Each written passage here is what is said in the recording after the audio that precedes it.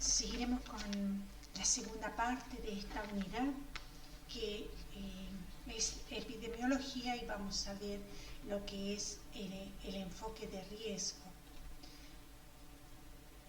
qué es lo que continúa, qué es lo que entendemos por enfoque de riesgo. Bueno, esto es un método de trabajo en la atención de la salud de las personas, las familias, las comunidades, y está basado en este concepto de riesgo que se define como la probabilidad que tiene un individuo o un grupo de individuos de sufrir en el futuro un daño de salud por alguna causa. Por ejemplo, acá tenemos este ejemplo, la pobreza, que es un factor de riesgo, puede producir un daño, un embarazo adolescente. Y que es un factor de riesgo, podemos tener un bajo peso al nacer, que este es otro factor de riesgo y que nos va a dar como daño una mortalidad infantil.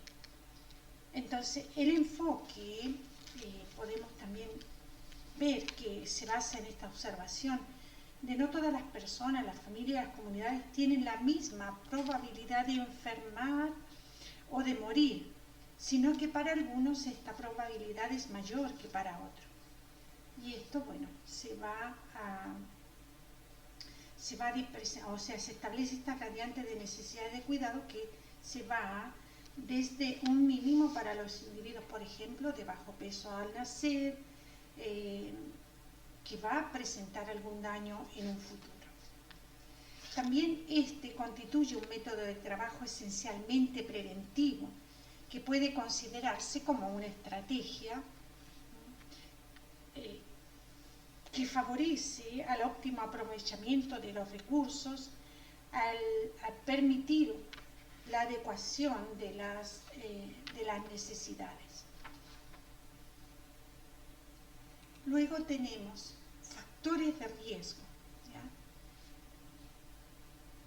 Bueno, un factor de riesgo es cualquier riesgo, característica o exposición de un individuo que aumente su probabilidad de sufrir una enfermedad o lesión.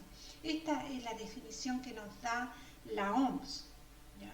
Y, por ejemplo, tenemos el riesgo o factores que se pueden dividir en estos grupos: conductuales, fisiológicos, demográficos, medioambientales, genéticos. El conductual, bueno, está relacionado con las acciones que el sujeto ha elegido realizar. Pueden eliminarse o reducirse mediante lesiones de estilo de vida, de conducta. Por ejemplo, el tabaquismo, el consumo excesivo de alcohol, lesiones nutricionales, inactividad física, tomar el sol sin protección adecuada, vacunación inadecuada contra determinadas enfermedades, relaciones sexuales sin protección. Como ven, son todas las conductas que van a llevar a la persona a tener estos riesgos. Los fisiológicos son aquellos que están relacionados con el organismo, ¿ya? O la biología del sujeto. Y esto también puede ser influido por factores de combinación genética. También de estilo de vida o de tipo más general, por ejemplo, sobrepeso, obesidad, hipertensión, dislipemia, diabetes, entre otros. Los demográficos son los que están relacionados con la población en general.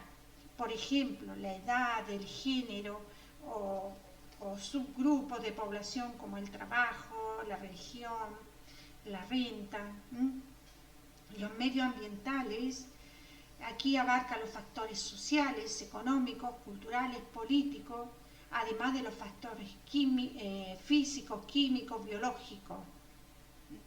Por ejemplo, el acceso a un agua limpia, a instalaciones sanitarias, a riesgos laborales, polución del aire y el entorno social.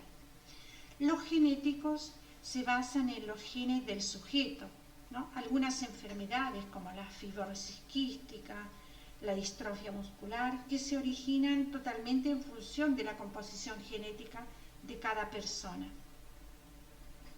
Y otras muchas, como tenemos el asma, la diabetes, también reflejan la interacción entre los genes del individuo y los factores medioambientales.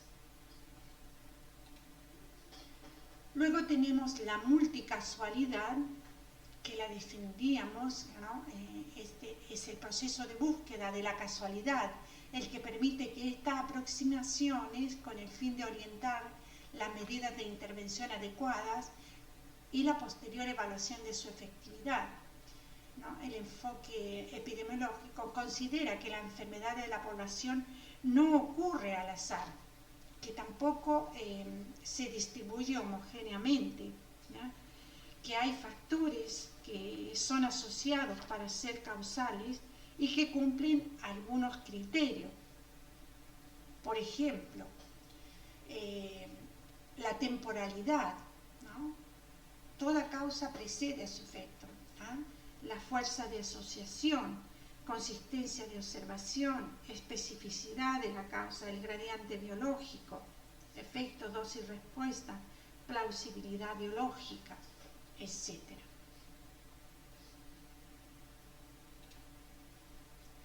El concepto de enfermedad transmisible es que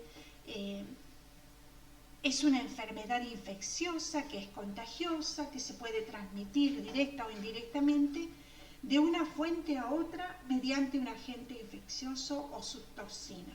Esta es la definición que nos da la OMS. Y en las enfermedades transmisibles tenemos dos estadios o periodos, ¿no? Donde tenemos el periodo de latencia, que es el tiempo que transcurre desde la infección hasta que la persona se vuelve infecciosa. Y el periodo de incubación, que es el tiempo que transcurre desde la infección hasta la presentación de los síntomas.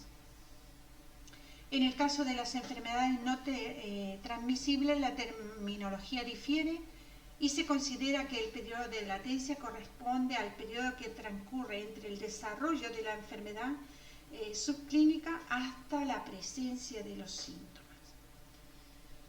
Bien, vamos a ver entonces qué es esta cadena epidemiológica, cómo hacemos el seguimiento, ¿no? Para entender las relaciones entre los diferentes elementos que conducen a la aparición de una enfermedad transmisible. O sea, el esquema tradicional es la denominada cadena epidemiológica o cadena de infección. Entonces vamos a ordenar así los eslabones que identifican los puntos principales de esta secuencia. O sea, ¿cómo hacemos para seguir una enfermedad o para buscar desde dónde se inicia? ¿Cómo poder evitar esta transmisión?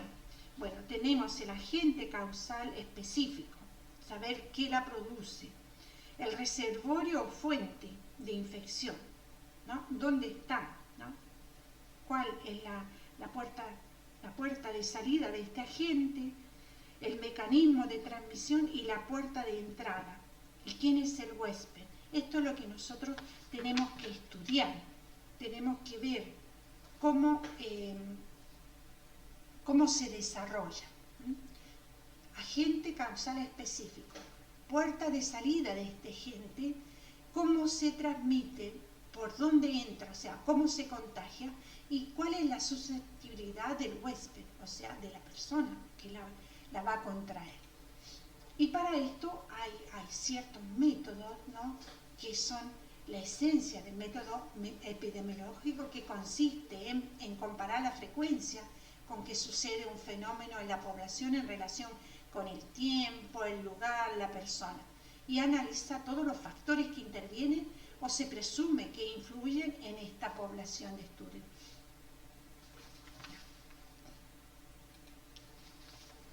En la investigación epidemiológica tenemos que este conjunto de actividades intelectuales y experimentales realizadas en modo sistemático con el objeto de generar un conocimiento sobre las causas que originan las enfermedades.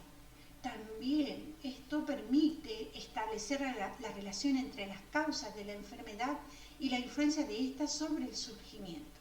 Entonces, ¿qué es lo que hace el investigador? Se propone un plan de estudio. ¿Qué estudiar y para qué? ¿Qué datos recolectar? ¿Dónde recolectarlos? ¿Cómo procesarlos? ¿Cómo interpretarlos? Estos son los pasos para desarrollar una investigación.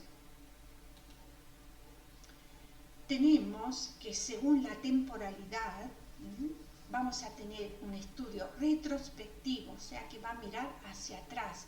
Es un estudio longitudinal en el tiempo, pero que se analiza en el presente, pero con datos del pasado.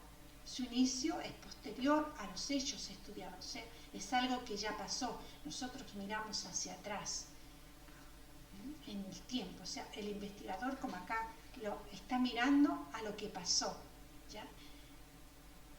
El investigador comienza su investigación y define los grupos en estudio después que ya ha ocurrido. O sea, voy a estudiar esto mirando desde el presente hacia lo que ya sucedió. También tenemos, según la temporalidad, tenemos el prospectivo, ¿no? Que es un estudio también longitudinal en el tiempo y que se diseña y se comienza a realizarse en el presente. Pero todos los datos se analizan transcurriendo un determinado tiempo en el futuro. O sea, desde hoy hacia adelante, estoy mirando hacia el futuro. Y esto tratando de anticiparme al evento. Y el estudio transversal es el estudio que se realiza con los datos obtenidos en el momento, o sea, puntual, como el estudio de prevalencia. Bien.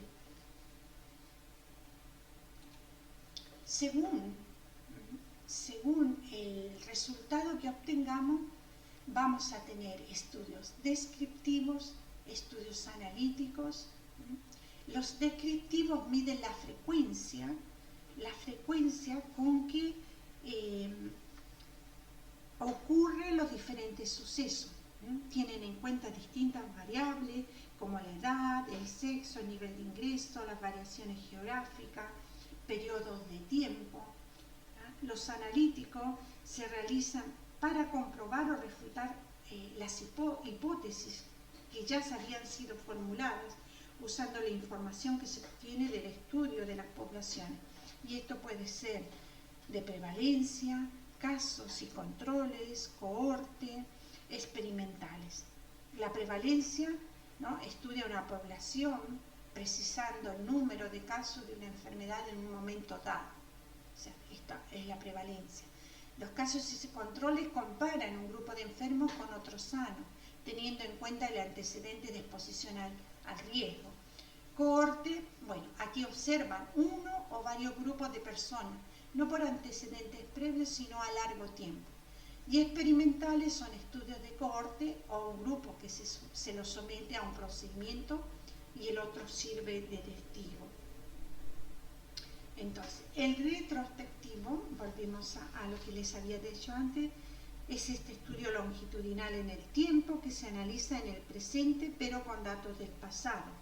El prospectivo es un estudio longitudinal en el tiempo que se diseña y se comienza a realizar en el presente, pero los datos se analizan transcurrido un tiempo determinado, o sea, en el futuro.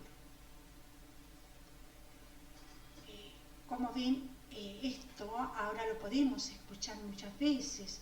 En el apunte tienen este estudio epidemiológico que se ha llevado a cabo para ver el estado, o sea, el impacto en la población de 24.000 voluntarios. O sea, es un número bastante grande, y aquí se trabaja con cohortes y estudios epidemiológicos de poblaciones existentes que ofrecen estos datos genéticos, ambientales y críticos, ¿no? Y esto nos permite comparar. Así que, bueno, es importante que tengamos presente los métodos epidemiológicos, cómo se hace una investigación, que tenemos estudios descriptivos, analíticos, que se hacen las comparaciones, qué más prevalece, que podemos hacer estos estudios que miran hacia atrás, en lo que ya pasó, y en lo prospectivo, adelantándonos a los hechos. Bueno, espero que les sea de ayuda como explicación, y cualquier cosa vamos a ir hablándonos en la clase, vamos a ir tratando de ver en la práctica qué es lo que nos quieren decir estas definiciones en sí. En la siguiente parte veremos lo que se hace, la medición en epidemiología, qué es lo que se usa para medir en epidemiología. Bueno, espero que les haya sido de utilidad.